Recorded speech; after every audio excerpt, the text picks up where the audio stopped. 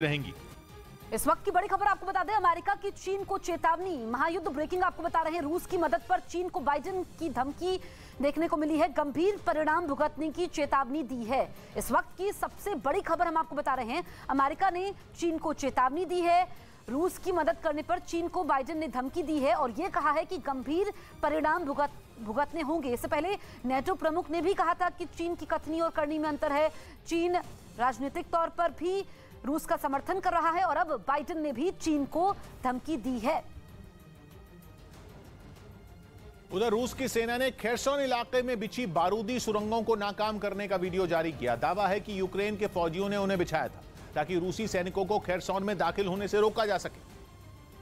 लेकिन रूसी सेना ने सर्च ऑपरेशन के दौरान वहां बिछाई गई बारूदी सुरंगों को ढूंढ निकाला और फिर सावधानी बरतते हुए उन्हें नाकाम कर दिया। इस दौरान वहां एक के बाद एक कई धमाके हुए और आग की लपटों के साथ काले धुएं का गुबार उठता दिखाई दिया। इससे पहले बारूदी सुरंगों को तारों की मदद से जोड़ा गया और फिर कुछ ही दूरी से उन्हें धमाका कर नष्ट कर दिया गया। रास्तों में बिछी बारूदी सुरंगों को नाकाम करने के लिए खास किस्म की गाड़ी का भी इस्तेमाल किया गया। ये गाड़ी बिना किसी नुकसान के बड़ी आसानी से बारूदी सुरंगों को नष्ट करने में माहिर है। खेरसोन के जिस इलाके पर रूसी सेना कब्जे का दावा कर रही है, वहां अब तक ऐसी हजारों बारूदी सुरंगों को तबाह किया जा चुका है। जंग के दौरान खूंखार चेचन लड़ाकों का एक और वीडियो सामने आया जिसमें धमाकों के बीच वो चाय बनाते दिखे, जबकि इस दौरान ताबड़तोड़ बमबारी की आवाजें भी आती रहीं और यही वजह रही कि उस इलाके से धुएं का गुबार उठता दिखाई दिया। इस वीडियो में एक चेचन लड़ाका आग पर चाय बनाता नजर आया। चाय बनाने के दौरान ही अचानक बिल्डिंग के पीछे एक जोरदार विस्फोट हुआ, लेकिन इस धमाके का भी उस लड़ाके पर कोई असर नहीं हुआ और वो आराम से केतली से चाय निकालता नजर आया, जबकि गोलियों की तड़तड़ाहट भी जारी रही। इस वीडियो को शेयर करते हुए चेचन प्रमुख ने लिखा कि अगर जानदार चाय हमारे लड़ाकों को इतना खूंखार बना देती है तो सोचिए कि अगर वो कबाब बनाने लगे तो क्या होगा। फिर तो वो अपने हाथों से टैंकों को उठाकर समंदर में फेंक देंगे। दावा है कि यूक्रेन के खिलाफ जंग में पुतिन ने 10,000 से ज्यादा खूंखार चेचन लड़ाकों को भेजा है। वहीं पुतिन के यूक्रेन प्लान को कामयाब बनाने के लिए उनके खासम खास रूस के चेचनिया इलाके के प्रमुख रमजान कादिरोव ने अपने सबसे करीबी 3 लोगों को मोर्चे पर लगाया है। ये कादिरोव के वो 3 मोहरे हैं जो रूस को हर हाल में जीत दिलाने के लिए जी जान से जुटे हैं। और ये तीनों ही यूक्रेन में लड़ रहे खूंखार चेचन लड़ाकों की कमान संभाले हुए हैं।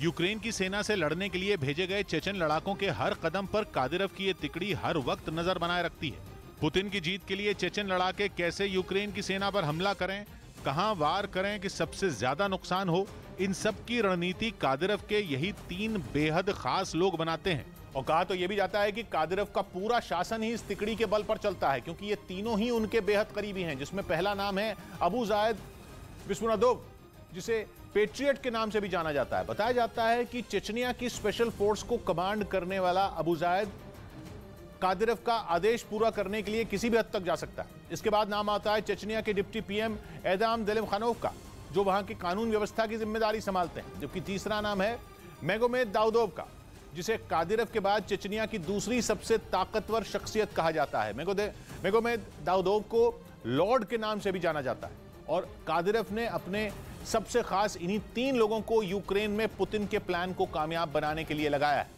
रूस के हमले के बाद यूक्रेन के राष्ट्रपति ने पहली बार अंग्रेजी में अपील की। हालांकि वो अब तक जंग के दौरान यूक्रेन की भाषा में ही अपनी बात रख रहे थे, लेकिन अब जब इस युद्ध को पूरा 1 महीना हो गया तो ज़ेलेंस्की पहली बार अंग्रेजी में बोलते हुए सुनाई दिए। इसमें सबसे पहले उन्होंने यूक्रेन का समर्थन करने के लिए सभी का शुक्रिया अदा किया। साथ ही उन्होंने दुनिया भर के लोगों से सड़कों और ऐतिहासिक जगहों पर जुटने की अपील की ताकि रूस के हमले पर विरोध जताया जा सके। Come in the name of peace.